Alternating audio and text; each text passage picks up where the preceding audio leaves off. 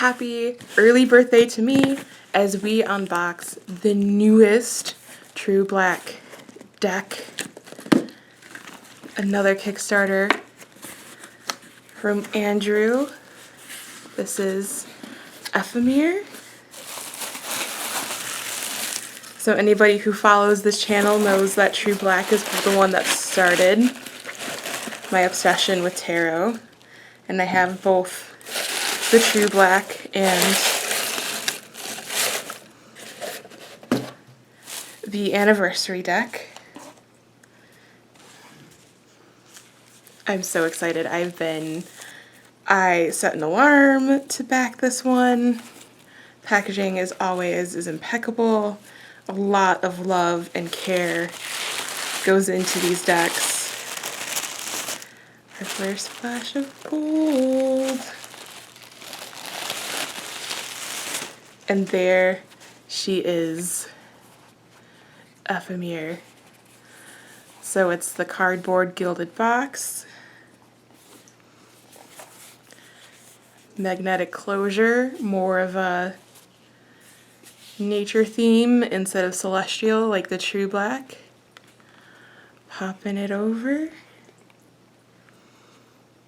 Why have I thought the dew ephemeral when I shall rest so short a time? Of course, we have the Gilded Guidebook, very much like the True Black deck. So a little bit on each cards. I think with this one, he renamed the major arcana to align more with the meaning, the spiritualism of the card. So it is Ephemere.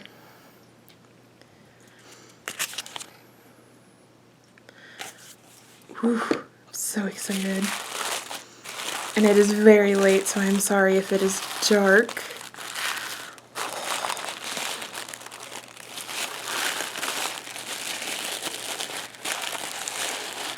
White painted edges. Again, that velvety rose finish from the True Black. That gorgeous gold flash. Finely crafted artifacts. And we're gonna start right in. This is the back of the card. Again, going along with the nature theme, we have the rings of a tree. And we start off with Origin, replacing the Fool. That gorgeous golden edge. Looks like we have a broken cup of some sort. She's holding a knife. A bit busier on the background than I'm used to, but Dream. With that's what, DNA strands in the back, AGTC RNA. Biology was a long time ago. Feeding a bird, he's got sandals in his hand. Gorgeous.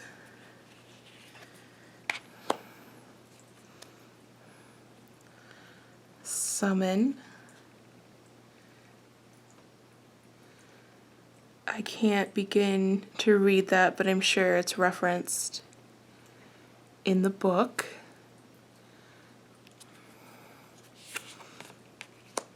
Oh my goodness, Fighter. With pictographs in the background. And I can't, the quality of images, True Black will always have my heart, but you can see truly the evolution of Andrew's work here. It's just so expressive, or maybe it's just against the whiter background that it's more, more stark in contrast. Again, we're working with a limited palette for the cards. Alchemist. I love these soft, subtle hues, almost pastels.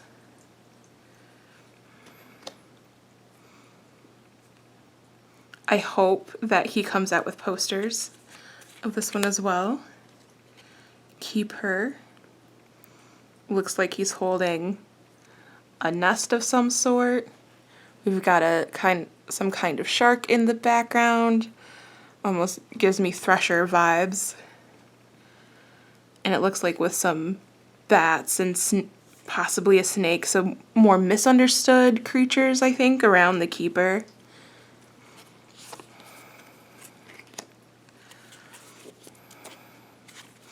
Voyager is interesting that he almost appears blind. There is a bird covering his sight as he holds a sextant.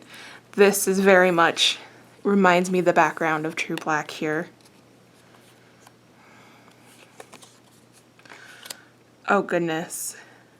Dulcus? Dulcus? Not sure how to pronounce that. Quite sad with these either falling birds or birds on strings. Looks like she might be... It's not an egg, it's definitely some kind of plant pod. Nemesis with the skull hat and all the swords behind him, all the broken swords. And it looks like he's cutting through whatever of that red fabric that bound him.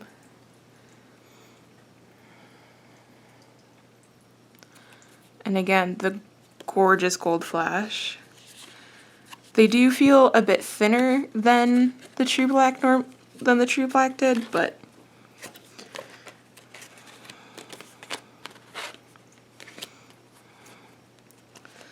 Obscurio. Trying to capture the gold flash on these, and it is tough. I love that the gold actually washes out the numbers on the quadrants on the compass, so you can't actually see what they are. They are obscured. Burn. With a pine cone over it, definitely torment in the card. So we go from such a heartbreaking, violent, agonizing card to the very quiet peacefulness of the healer, also from the limited color palette, to our first splash of green, how the dress mimics the ginkgo leaves in the background. Looks like with a dove and ribbon.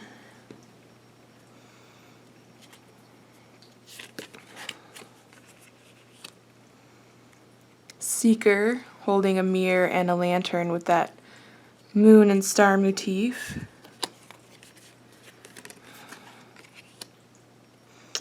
And I think the counterpoint replaces the lovers, so there are quite a few variations of this one. So this looks like to be the male-female.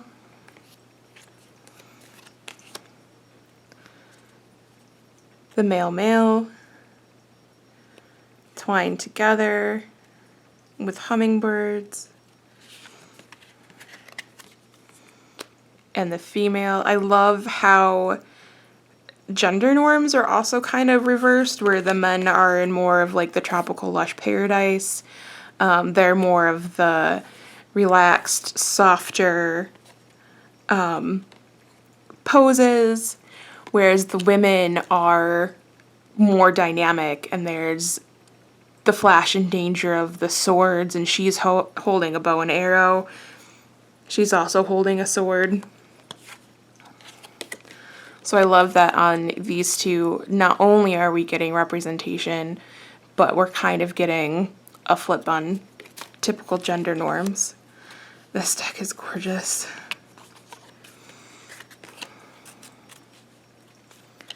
Defiance.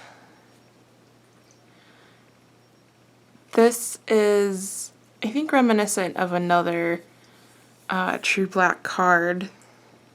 I could be mistaken. But I love that she's starting at the end there, kind of hammering her way through. Crescendo, oh my goodness. This is, I would assume, the replacement for Judgment. Kind of the writing on the wall.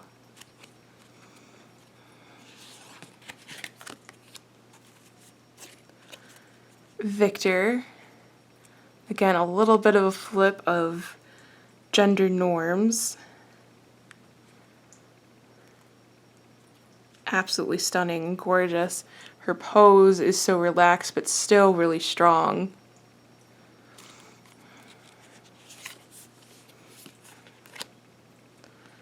Sacrifice. A little bit of a blood trail in the form of the ripped cloth.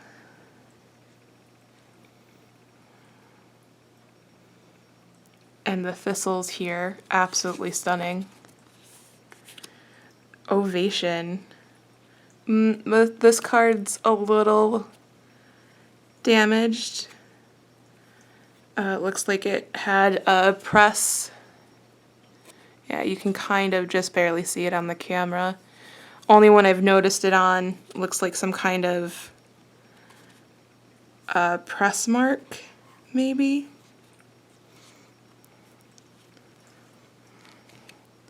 That's stunning gold.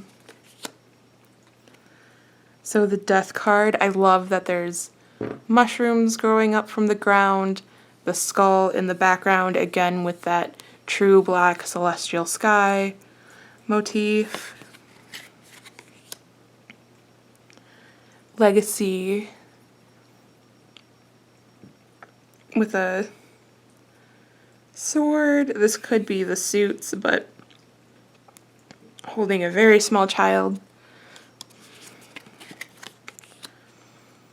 Continuum with the infinity symbol and all that knotwork in the background. Oh my goodness. So we're starting with the Ace of Wands. Now the gilding will only be on the bottom, but that is a gorgeous burst of color. Followed into the Quiet 2. But these are forming, this is growing. Still a lot of movement with the lizard scaling up. And now the lizard's gotten a little bit older.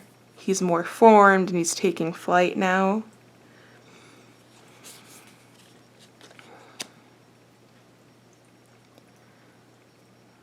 Gorgeous use of that limited palette with the reds. Spears for the 5.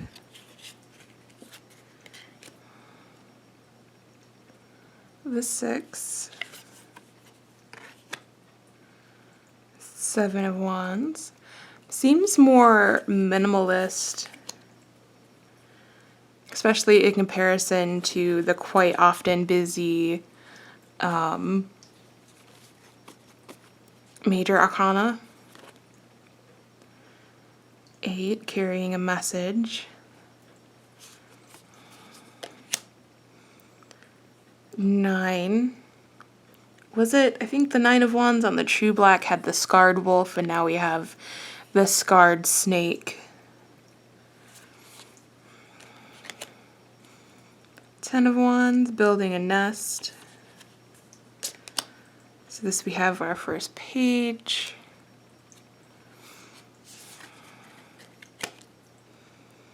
Our first knight. I love the explosion radiating from kind of their center of power here, what their focus is. The Queen, absolutely stunning. A lot more representative in this deck, at least more clearly and more blatantly. So then we have the King with the egg, of life, I would assume. This looks like a little, like a lizard or a gecko. Then into the Ace of Cups with dolphins and leaping fish and the pearl.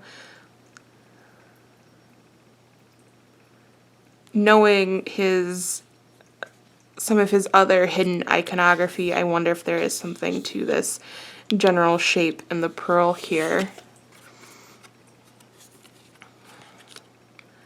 Two of Cups. The Three. This is interesting. This card has some almost like flotsam, like you're literally looking underwater as bits of detritus like float by. Four of Cups. With lots of fish exploring and then one gold cup, but there is still one near the silvers, or they've kind of been discarded.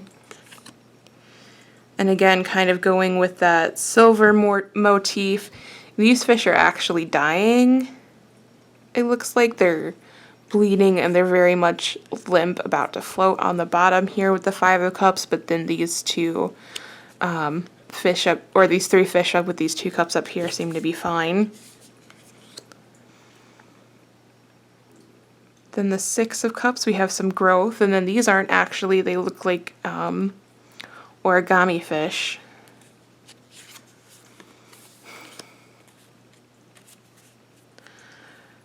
Seven of Cups, of course, the choice card. I love how it's giving an air of it's not quite what it seems, as they are forming out of smoke.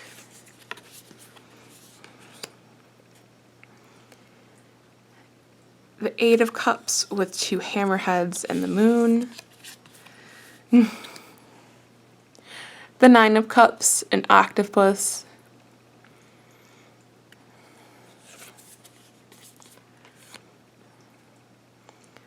Ten of Cups, two humpback whales dancing with their fishy friends. And then we have the beloved page taking notes, dancing with the fish, possibly listening to them, taking down what they say, learning from nature.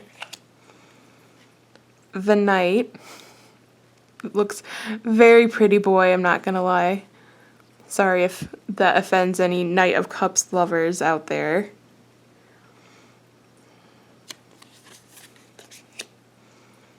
So the Queen, hearkening back to the 10 and to the Ace with the humpback whales.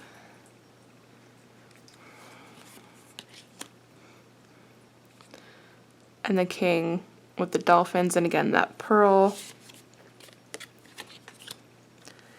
Ace of Swords, again carried over from the true black. We have butterflies on the swords, although that looks like more of a moth up top. Two of Swords, one's broken. There's almost an Ouroboros at the top of it. The Three of Hearts. I love me an anatomical heart. They are my favorite.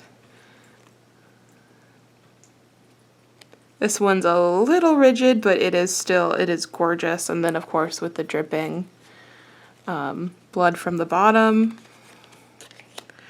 This is a card that he had previewed for us. The Four, again, we have that very delicate bluish, pinkish purple with the ginkgo leaves and the basket weave. I think he mentioned something in his Kickstarter post about this one, that it was to protect the hand as well as you wield it as a weapon. Very strong Five of Swords here with the skull. Love the detail of the dislocated jaw, the serration of the blade. And it's interesting that this deck goes from, and it's echoed in the Major Arcana, that it goes from calm and soothing to a blast of metal and angst and hardcore. And then again, we're backing back off when we have the color of growth and renewal, but still with the broken swords on the 6. They're almost mirrored. These having the basket weave protection and the growth and butterflies, and then these being broken and more exposed down the bottom of the hilt. 7 of Swords, love this. I don't know if it's Zorro or Phantom of the Opera, and how it's not quite X marks the spot because the arrows just keep pointing in a circle, so it's almost like you can't ever find what you're looking for. 7 of Swords forming a cage of sorts around the bird. Sorry, 8 of Swords. So if the bird is careful, it can leave. If it's not, then it'll get cut to pieces. And it looks like in this one that the bird, from the 8 to the 9, that the bird wasn't quite as careful as it should have been. But here again, the daggers are dissolving into smoke, giving it the sense that it's not quite what it seems. And even here on the 10, there's no blood. It's turned into butterfly, and again, that egg that's usually rebirthed.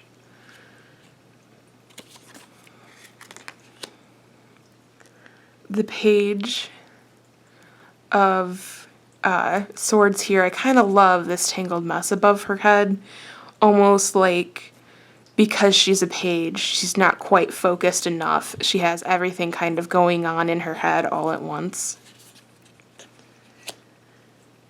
Where the knight, we have the wings on the feet. Very upward movement, very focused. So here we have the queen, again, very poised. That gold. And even the swords seem more at rest, like a backdrop as they slowly turn into not swords at the bottom, just dashes. The knight with the heavy crown, and more bold, vivid swords in the background. Ace of discs, coins, pentagrams. I think it was discs in true black. Looks like it's on an ice chunk or a diamond chunk. 2 of coins with a little crab. 3, very fitting. I think is that chicken of the woods, and then 3 ants holding it up, sharing the bounty together. 4 of coins. It's interesting that they're kind of chained up. 5 as they crumble and disintegrate over time.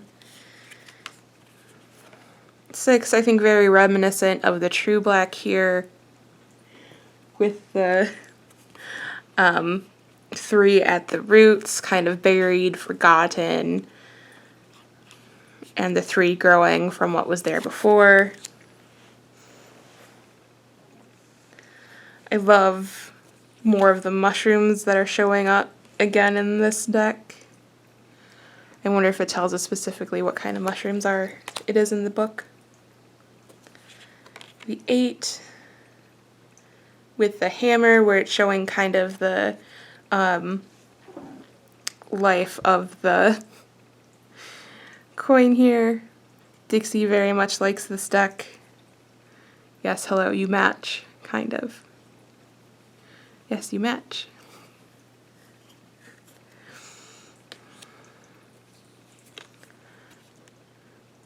9 with, looks like bleeding flowers.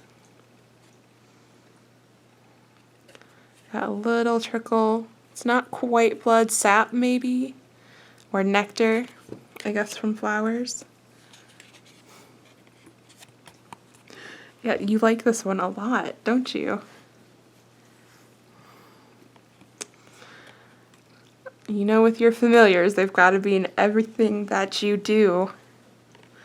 Alright, so 10, we have that growth again, the tree, the complete ring, kind of echoing the tree ring on the back. So the page here, looking at the coin,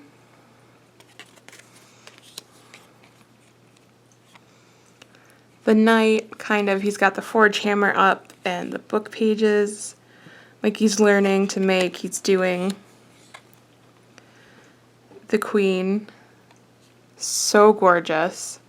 I know he shared this image, but I don't think he shared it with the full background.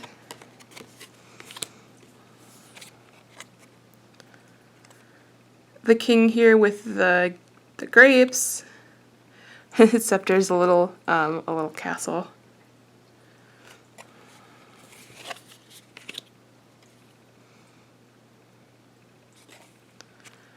And this is the poem card that he was talking about. This is just absolutely gorgeous. The subtle colors.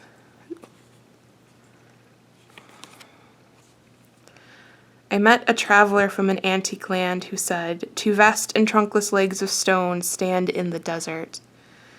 Near them, on the sand, half sunk, a shattered visage lies, whose frown and wrinkled lip and sneer of cold command tell that it is sculptor while those passions read which yet survive. Stamped on these lifelong things, the hand that mocked them, the heart that fed, and on the pedestal these words appear. My name is Asmodeus, King of Kings. Look on my works, ye mighty, and despair. Nothing besides remains. Round the decay of that colossal wreck, boundless and bare, the lone and level sands stretch far away."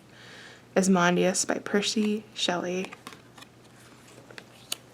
So another gorgeous, at times minimalistic, at times almost chaotic deck. Again, gorgeous craftsmanship. It feels truly amazing. I love the flash of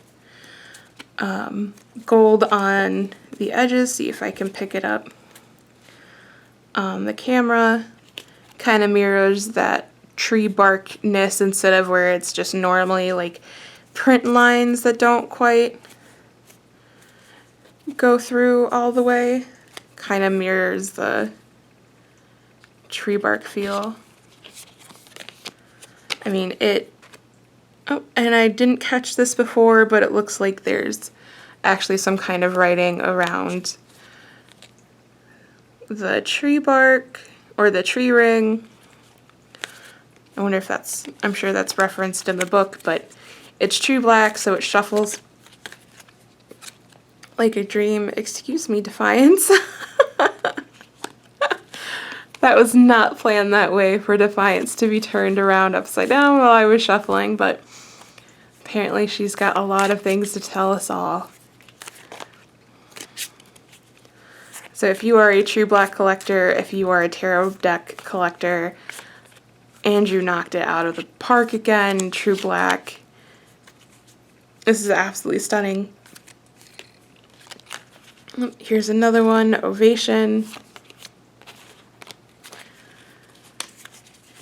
And tell me below in the comments which one was your favorite card. If you sat through this very long video, I know it's quite late for me, but I am so excited to have this. And let me know in the comments below if you would like a comparison either with the True Black Tarot deck, or even I can do a three-way comparison of the majors across all three. But thank you very much, my tarot tarts and tartlets, for joining me as I looked at this glorious deck, and have a great night.